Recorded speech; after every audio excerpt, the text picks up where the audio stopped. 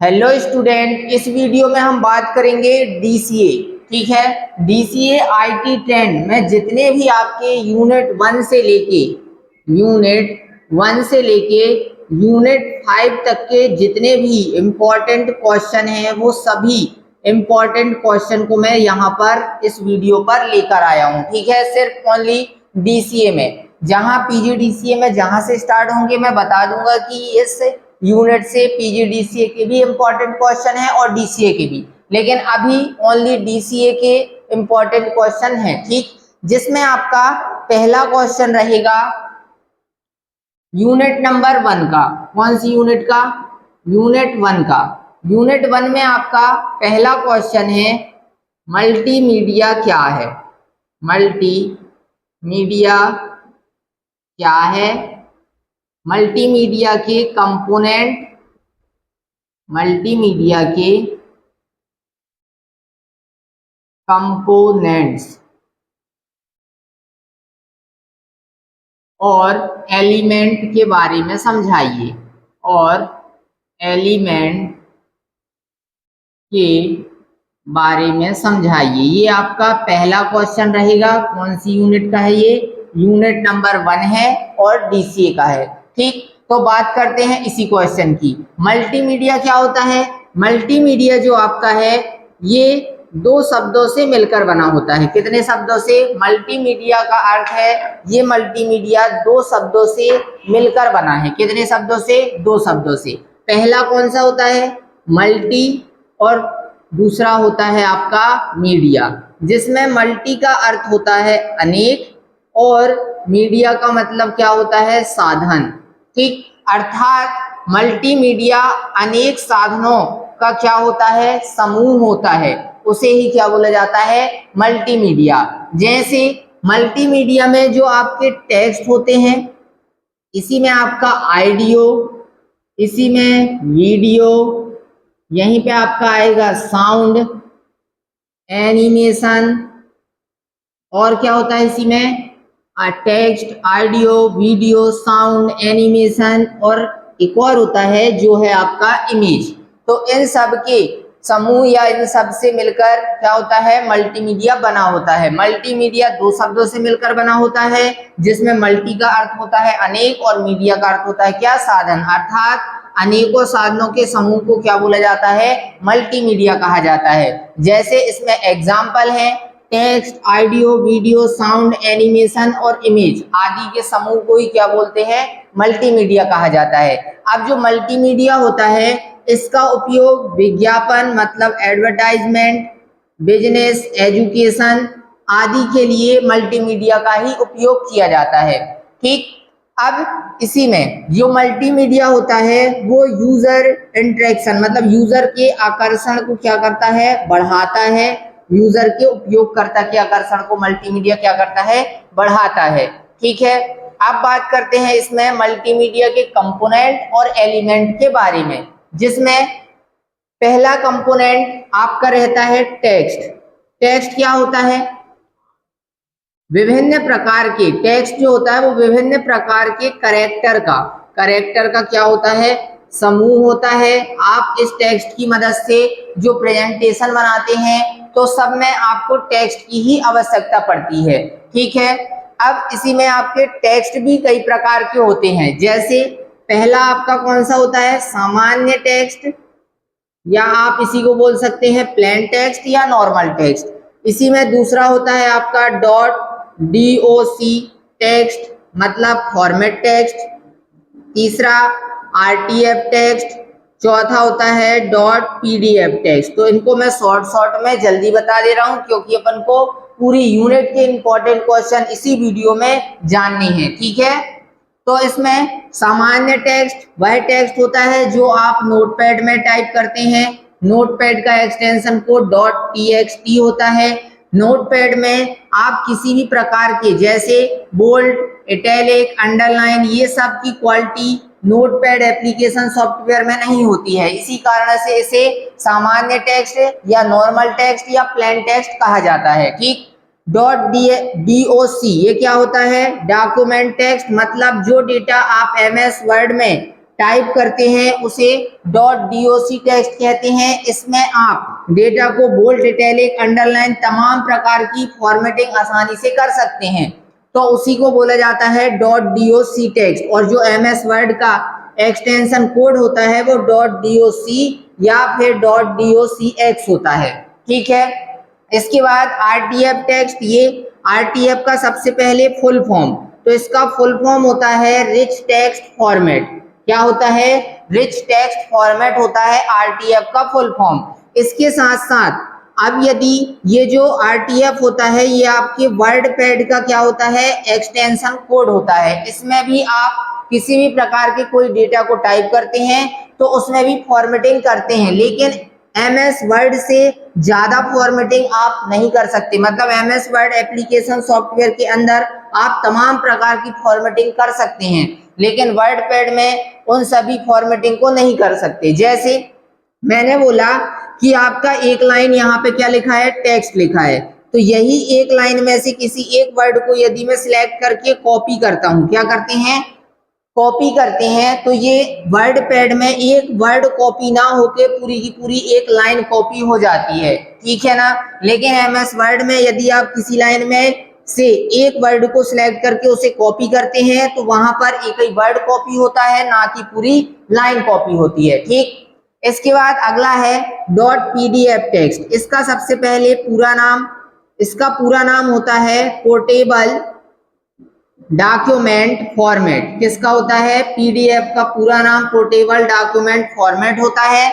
ये आपकी एक प्रकार से जो नेटवर्क में यूज होती है उसके लिए, इस नेटवर्क में जो भी फाइल हैं आप इंटरनेट की सहायता से किसी अनदर व्यक्ति या पर्सन को सेंड करते हैं तो उसमें आपका जो एक्सटेंशन कोड होता है वो .pdf होता है। मतलब आप किसी भी फाइल को किसी को सेंड किए तो उस फाइल को आपको क्या करने की आवश्यकता पड़ती है? डाउनलोड करने की आवश्यकता पड़ती है, तो उसके लिए PDF इस एक्सटेंशन कोड का उपयोग किया जाता है, ठीक। आगे बात करते हैं इसी में। अगला है आपका टेक्स्ट के बाद ऑडियो। ऑडियो क्या होता है? जिसे आप ओनली क्या कर सकते हैं? सुन सकते हैं, ठीक है ना। मतलब उसमें आपको किसी भी प्रकार का कोई चित्र दिखाई नहीं देता, ओनली आपको सुनाई देता है, वो ऑडियो होता है।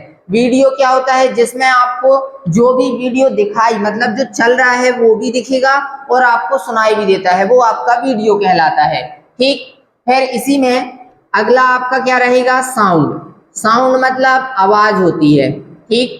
साउंड की डेफिनेशन की बात की जाए तो साउंड आपका वह होता है जिसे, जो साउंड हवा के दाब, मतलब साउंड कंपन होता है, जैसे जो हवा के दाब या पानी या बोल सकते हो किसी ठोस वस्तु के माध्यम से, किसी ठोस वस्तु के माध्यम से आपको क्या होता है? ये आप किसी ठोस वस्तु के माध्यम से आपके कानों को सुनाई देता है, अर्थात जिनको आपकी कान आवाज मतलब जो भी सुन सकते हैं उसी को क्या बोला जाता है? साउंड बोला जाता है। साउंड एक कंपन, वाइब्रेशन होता है जो हवा के दाब या किसी वस्तु के, किसी ठोस वस्तु के माध्यम से जो आवाज आपको सुनाई देती है उसी को क्या बोला जाता है? साउंड बोला जाता है, ठीक है। अभी अगली यूनिट में इसी में अपन बात करेंगे कि साउंड कितने प्रकार के होते हैं, वो सेकेंड यूनिट में है, ठीक है। अब इसी में अगला आपका कंपोनेंट है क्या? एनिमेशन। एनिमेशन क्या होता है? जो कुछ समय के लिए किसी वस्तु को कुछ क्षण के लिए जीवंत या अलाइव प्रस्तुत कर देता है, वही आपका क्या कहलाता है? एनिमेशन कहलाता है, ठीक है ना। इसके बाद अगला है इसमें इमेज। इमेज क्या होती है? कोई भी जो पिक्चर होती है वही आपकी क्या कहलाती है? कोई आकृति, कोई शेप्स, वही आपकी क्या कहलाती है? इमेज कहलाती है। अब इमेज भी आपकी दो प्रकार की होती है, एक होती है आपकी बिटमैप इमेज, और दूसरी आपकी कौन सी होती है? वेक्टर इमेज, ठीक है।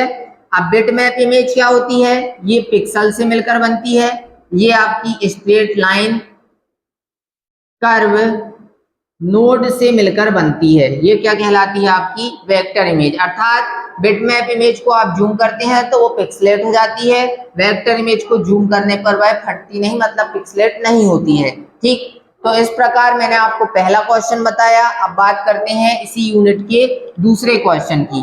दूसरा क्वेश्चन है आपका plain text, formatted text, plain text,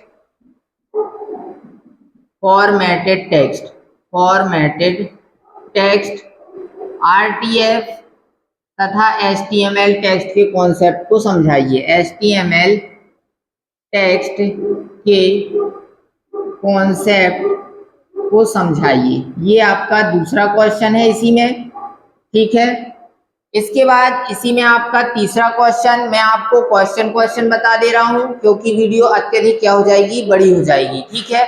बात करते हैं यदि ये प्लेन टेक्स्ट, फॉर्मेटेड टेक्स्ट मैंने अभी आपको बताया था, आरटीएफ टेक्स्ट, एचटीएमएल टेक्स्ट ये भी आपको मैंने बताया, ठीक। अगले क्वेश्चन की ओर चलते हैं। अगला क्वेश्चन है आपका इसी यूनिट का पावर पॉइंट के विभिन्न व्यूज को समझाइए। विभिन्न व्यूज को समझाइए, ठीक है। ये आपका अगला क्वेश्चन है इसी यूनिट का। बस यूनिट नंबर 3 में आपको इतने ही क्वेश्चन पढ़ने हैं, ठीक। सबसे इंपॉर्टेंट इस यूनिट का ये क्वेश्चन है, ये आएगा ही आएगा, आप इसके बारे में आसानी से लिख सकते हो, ठीक है ना।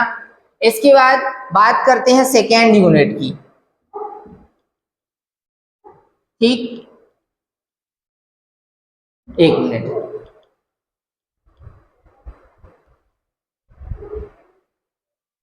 अब बात करते हैं सेकेंड यूनिट के जितने भी इंपॉर्टेंट क्वेश्चन हैं उनकी, ठीक है। जिसमें आपका पहला क्वेश्चन है यूनिट नंबर 2 का, यूनिट 2 का, जिसमें पहला क्वेश्चन है सादा पाठ्य मतलब प्लेन टेक्स्ट, सादा पाठ्य और फॉर्मेटेड टेक्स्ट में क्या अंतर है। फॉर्मेटेड टेक्स्ट में क्या अंतर है, ठीक है। ये अब भी मैंने आपको बताया था कि प्लेन टेक्स्ट और फॉर्मेटेड टेक्स्ट क्या होता है, तो आप आता है तो आपसे आसानी से बन जाएगा, ठीक है ना। इसके बाद दूसरा क्वेश्चन है इसी यूनिट में OLE के कॉन्सेप्ट को समझाइए। OLE के कॉन्सेप्ट को समझाइए,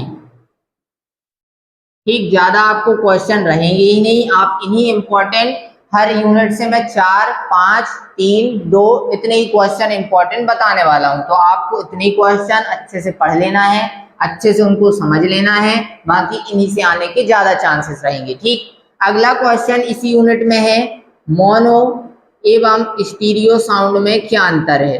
मोनो एवं स्टीरियो साउंड में क्या अंतर है, ठीक। अगला क्वेश्चन इसी यूनिट में है एनालॉग एवं डिजिटल साउंड में क्या अंतर है। एनालॉग एवं डिजिटल साउंड में क्या अंतर है, ठीक। बस इतने ही क्वेश्चन आपको इस यूनिट से पढ़ने हैं जो मैंने आपको 4 बताए, ठीक है ना, ठीक। अगली यूनिट में चलते हैं, unit number 3।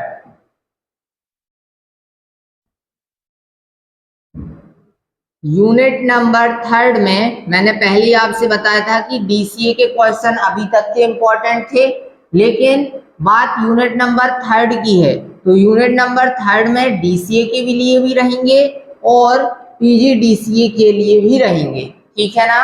Unit number 3 DCA की रहेगी और यूनिट नंबर 1 PGDCA की रहेगी। तो इसमें आपका पहला क्वेश्चन है ई गवर्नेंस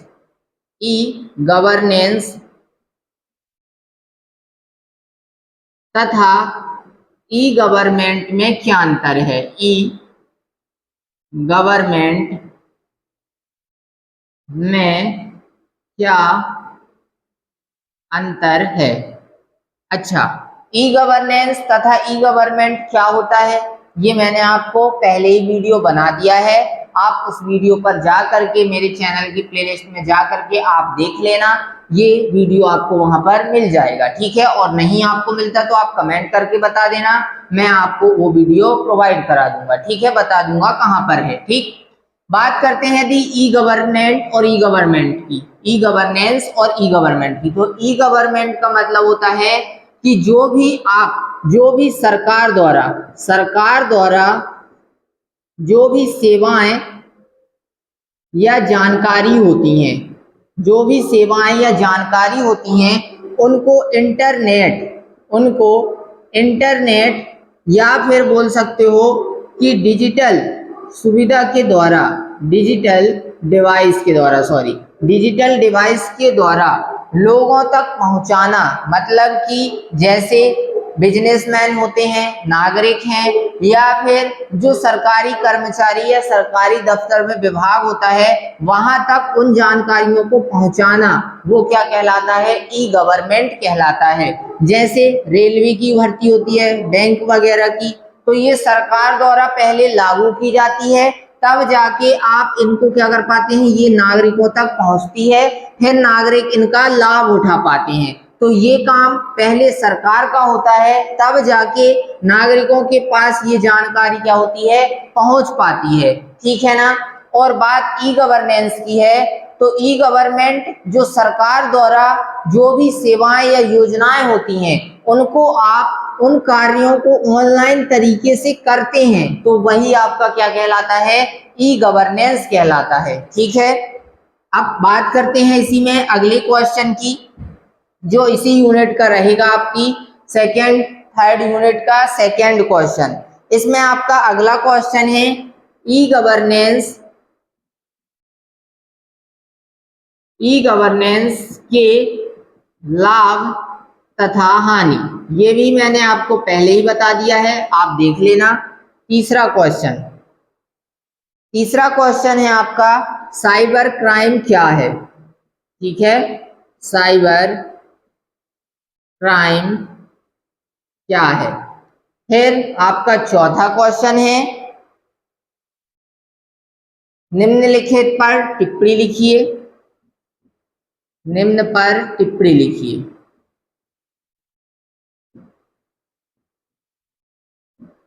जिसमें आपकी पहली टिप्पणी रहेगी इसी में पीपीपी मॉडल,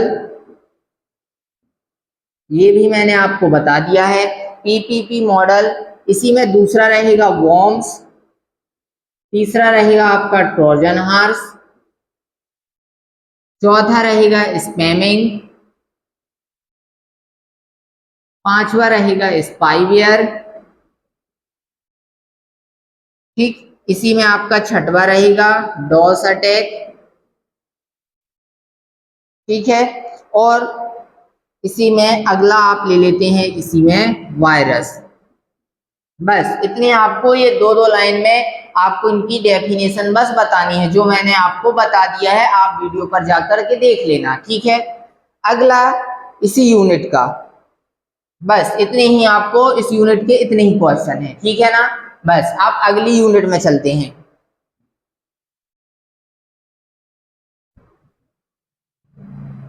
यूनिट नंबर 4 रहेगी आपकी, और पीजीडीसी की यूनिट नंबर 2 रहेगी, जिसमें पहला क्वेश्चन आपका रहेगा यूनिट नंबर 4 का, सेल्यूलर ट्रांसमिशन क्या है। सेल्यूलर ट्रांसमिशन क्या है, ये आपका पहला क्वेश्चन रहेगा। इसी में दूसरा क्वेश्चन वायरलेस तथा mobile computing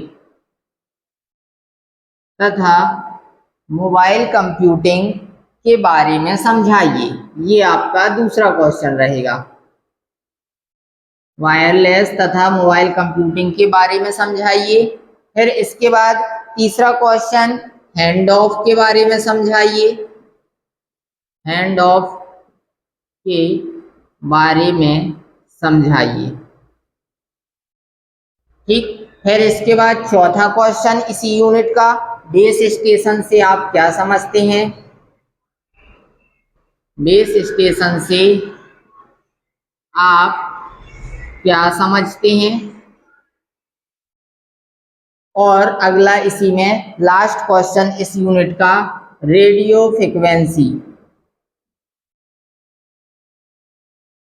radio frequency communication को समझाइए। रेडियो फ्रिक्वेंसी कम्युनिकेशन को समझाइए। ठीक है, ये आपके 4-5 क्वेश्चन हैं इस यूनिट के, यूनिट नंबर 4 और पीजीडीसीए में यूनिट नंबर 2 के हैं। ठीक, इसके बाद अगली और लास्ट यूनिट की इंपॉर्टेंट क्वेश्चन की बात करते हैं। यदि इनमें से आपका एक भी क्वेश्चन आता है तो आपसे आसानी से बन जाएगा, जो आपको पूरे के पूरे 16 नंबर मिलने वाले हैं। ठीक है ना, तो बात करते हैं लास्ट यूनिट की।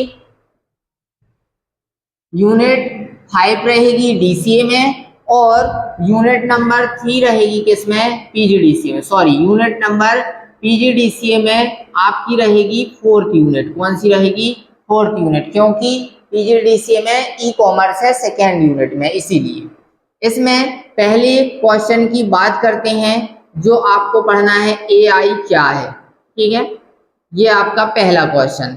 दूसरा आपको इसी में पढ़ना है एक्सपर्ट सिस्टम क्या है।